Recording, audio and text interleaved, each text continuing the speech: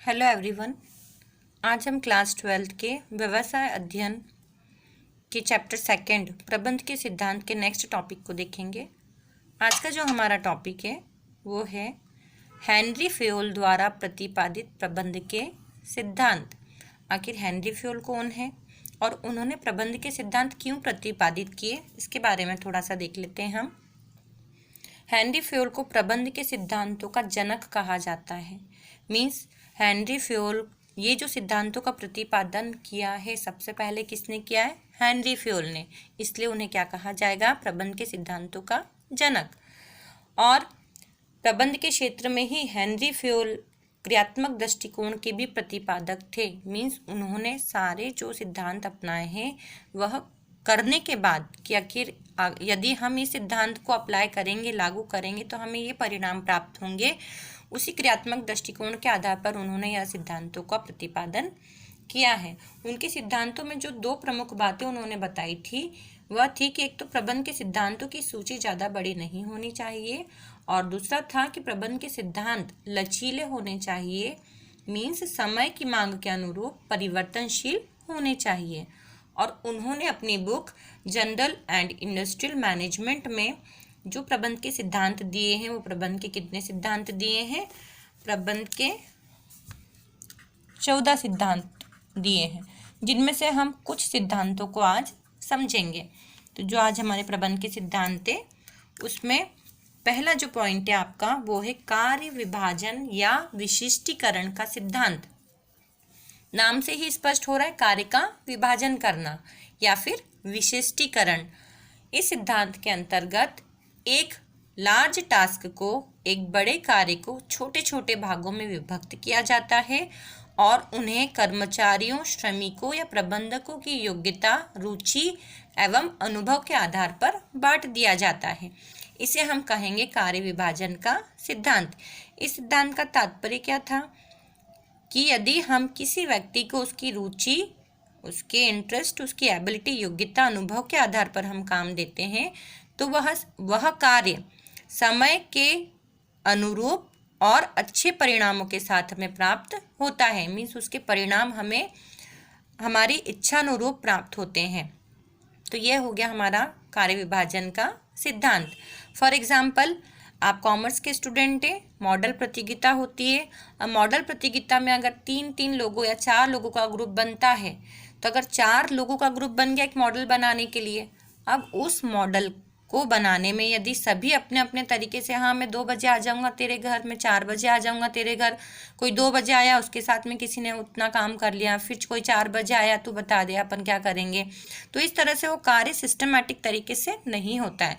But अगर उन 4 बच्चों के बीच में ये चीज़ डिसाइड हो जाए कि हम रॉ मटेरियल, कच्चा माल मैं मेरे घर से ले आऊँगा या मैं बाज़ार से लेकर आ जाऊँगा, इसको डिज़ाइन या क्या बनाना है वो मैं सोच के बता दूंगा, फिर दूसरे को बोल दिया जाता है कि इसका कलरिंग वगैरह का काम तुम्हें देखना है, इसको फिक्स करने का काम तुम्हें देखना है। तो एक कच्चा माल अरेंज कर लेगा, दूसरा उसे फिक्स करने का काम कर देगा और एक उसे किस तरह की इमेज बनानी है, वर्किंग मॉडल बनाना है, सिंपल मॉडल बनाना है, उसका बेस क्या रखना है, इसके ऊपर काम करेगा।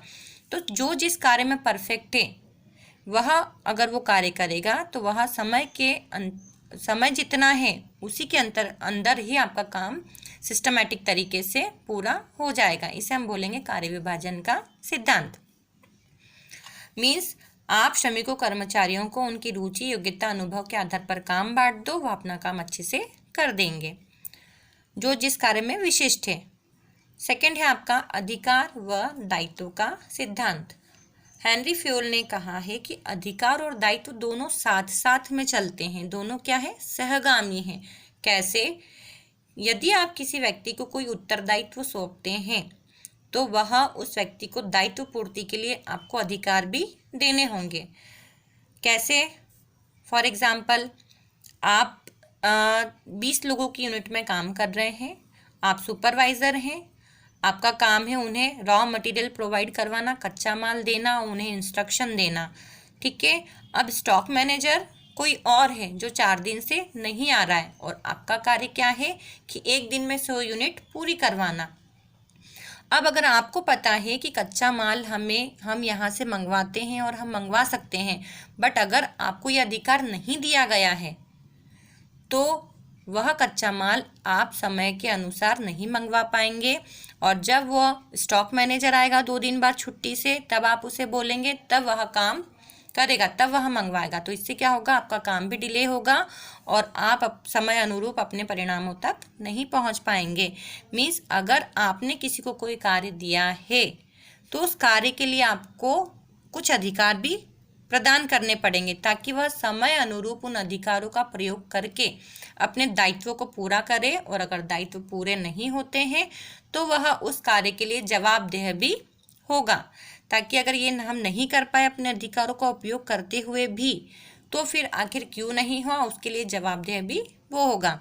फॉर एग्जाम्पल, जैसे अगर क्लास का मॉनिटर है और अगर आपको टीचर बोल के जाता है कि जब भी क्लास ख़त्म हो, स्कूल आप नीचे जाते हैं तो लाइट पंखे आपको बंद करके जाने हैं, तो मॉनिटर को आपने क्या दिया है, अधिकार दिया है कि आपको लाइट पंखे बंद करना है, आपको कुछ और इंस्ट्रक्शंस का पालन करना है, क्लास को इस तरह से माइंड करना है, ठीक है। बट अगर उसमें किसी भी तरह की कोई गलती नज़र आती है तो वह उसके लिए क्या हो जाता है, रिस्पॉन्सिबल हो जाता है, उसके लिए उत्तरदायी हो जाता है, क्योंकि आपने उसे कुछ अधिकार भी उसके साथ में प्रदान किए हैं। फिर तीसरा है आदेश की एकता का सिद्धांत। आदेश की एकता का सिद्धांत, आदेश की एकता के सिद्धांत के अंतर्गत फ्योल ने कहा है कि एक कर्मचारी को एक ही अधिकारी से आदेश या निर्देशों की प्राप्ति होनी चाहिए। एक कर्मचारी को संबंधित कार्य के लिए एक ही व्यक्ति से आदेश मिलना चाहिए। कैसे? अगर एक से अनेक व्यक्तियों से उसे आदेश या निर्देश प्राप्त होंगे तो वह भ्रमित होगा, संदेह की स्थिति पैदा होगी और वह अपने कार्य को, किसी भी प्रबंधक के कार्य को वह पूरी तरह से पूरा नहीं कर पाएगा। फॉर एग्जाम्पल, आपने प्रिंसिपल सर के ऑफिस के बाहर एक पियून को बैठे हुए देखा होगा, ठीक है। सारे पियून तो वहाँ पे नहीं बैठते हैं और वह अपने सारे इंस्ट्रक्शंस किसी एक ही पियून को बुला कर देते होंगे। अगर उस एक ही पियून को केमिस्ट्री लैब में भी बुलाया जाता है, बायो लैब में भी बुलाया जाए, फिजिक्स लैब में भी बुलाया जाए, ऑफिस में भी बुलाया जाए, स्टाफ रूम में भी बुलाया जाए, तो वह एक पियून अगर इतने सब से इंस्ट्रक्शन प्राप्त करेगा तो वह किसी भी कार्य को व्यवस्थित तरीके से नहीं कर पाएगा। इसलिए सभी को अपना अपना काम, सभी प्रबंधकों, संबंधित कार्य संबंधित प्रबंधकों के द्वारा ही किया जाना चाहिए। मीन्स एक कर्मचारी को एक ही प्रबंधक से संबंधित कार्य के लिए आदेश या निर्देश मिलने चाहिए। फोर्थ पॉइंट है आपका निर्देश की एकता का सिद्धांत।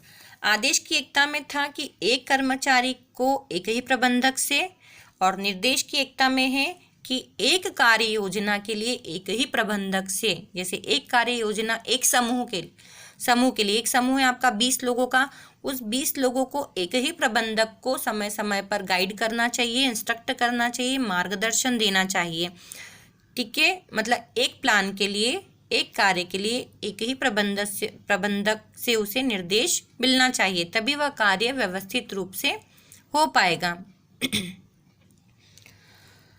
ऐसे अगर एक ही प्रबंधक से एक ही टीम को कार्य के निर्देश मिलते रहेंगे तो उनमें आपस में समन्वय स्थापित होगा, ठीक। नेक्स्ट है आपका अनुशासन का सिद्धांत। कोई भी संस्था हो, बिना अनुशासन अपने उचित परिणामों तक नहीं पहुंच सकती। अगर अनुशासन ही नहीं है किसी संस्था में, कर्मचारियों के बीच में, प्रबंधकों के बीच में, कोई अपने हिसाब से आ रहा है, कोई अपने हिसाब से घर जा रहा है, कोई किसी भी तरह की मेथड का यूज़ करके अपने कामों को कर रहा है, तो वह संस्था बिल्कुल भी अच्छे से नहीं चल सकती है। अनुशासन का अर्थ ही अच्छा नेतृत्व, स्पष्ट समझौता और दंड के द्वारा कायम होता है। अनुशासन के अंतर्गत आज्ञाकारिता की भावना भी होनी चाहिए और श्रद्धा की भावना भी होनी चाहिए। अनुशासन का अर्थ यह नहीं कि आप फोर्सफुली किसी से काम करवाएं। अनुशासन मतलब कि आप अपने कार्य के तरीकों के द्वारा उनमें ऐसा सामंजस्य बिठाएं ताकि वह आपकी बात मानकर, अनुशासन में रहकर, समय के हिसाब से अपने कार्य को पूरा कर सकते हैं। और ऐसा भी कहा गया है कि बुरा अनुशासन एक बुराई है जो सामान्यतः बुरे नेतृत्व से आती है। नेतृत्व कौन करता है? नेता करता है। अगर आपका लीडर, आपका प्रबंधक ही अच्छा नहीं होगा तो आप अपने कार्य को सिस्टमैटिक तरीके से चला ही नहीं पाएंगे। बट अगर आपका नेता अनुशासन में है, वह अपने कार्य को पूरे अनुशासित तरीके से करता है, तो कहीं ना कहीं आप भी मजबूर हो जाते हैं कि आप भी अपने नेता के अनुसार उसे पूरा करें। तो अनुशासन किसी भी व्यवसाय की सफलता की कुंजी है। जैसे किसी क्लास में अगर अनुशासन ही नहीं है तो टीचर क्या पढ़ा रहा है बच्चे समझ ही नहीं पाएंगे। बट अगर किसी क्लास में अनुशासन है तो टीचर क्या पढ़ा के गया, बच्चे घर जाकर अगर उसे एक बार पढ़ेंगे तो उन्हें आसानी से समझ में आ जाएगा। सिक्स्थ पॉइंट है आपका कर्मचारियों के पारिश्रमिक का सिद्धांत। कर्मचारियों के पारिश्रमिक के सिद्धांत के अंतर्गत कर्मचारियों को जो हमें पारिश्रमिक देना चाहिए वह फेयर वेजेस होना चाहिए, उचित और न्यायपूर्ण पद्धति होनी चाहिए। पारिश्रमिक देने की पद्धति से श्रम व पूंजी में, मतलब मजदूर या श्रमिक में और नियोक्ता के मध्य मधुर संबंध स्थापित होते हैं, क्योंकि कोई भी व्यक्ति अपनी वेतन पाने के लिए, मजदूरी पाने के लिए काम करने के लिए जाता है, अतः उन्हें न्यायोचित पारिश्रमिक प्रदान किया जाना चाहिए। समता का अधिकार, समता के सिद्धांत के अंतर्गत आपको सभी कर्मचारियों से एक जैसा व्यवहार करना चाहिए। अगर आपने एक जैसा व्यवहार नहीं किया तो कर्मचारियों के बीच में ही तालमेल ढंग से नहीं बन पाता, क्योंकि उनके बीच ही मतभेद उत्पन्न होने लग जाते हैं। इसलिए समता के सिद्धांत के अंतर्गत प्रबंधकों को अपने कर्मचारियों से एक जैसा व्यवहार करना चाहिए। ठीक है, क्लास में टीचर है, अगर एक ही बच्चे पे 2-4 बच्चों पे जो पढ़ने वाले उन्हीं पे ज़्यादा ध्यान देगी तो बाकी की क्लास बैठ के क्या करेगी? तो इसलिए वह क्लास फिर सही तरीके से अपने पूरी नहीं हो पाएगी। तो ये थे हमारे हेनरी फ्योल द्वारा प्रतिपादित कुछ सिद्धांत। धन्यवाद।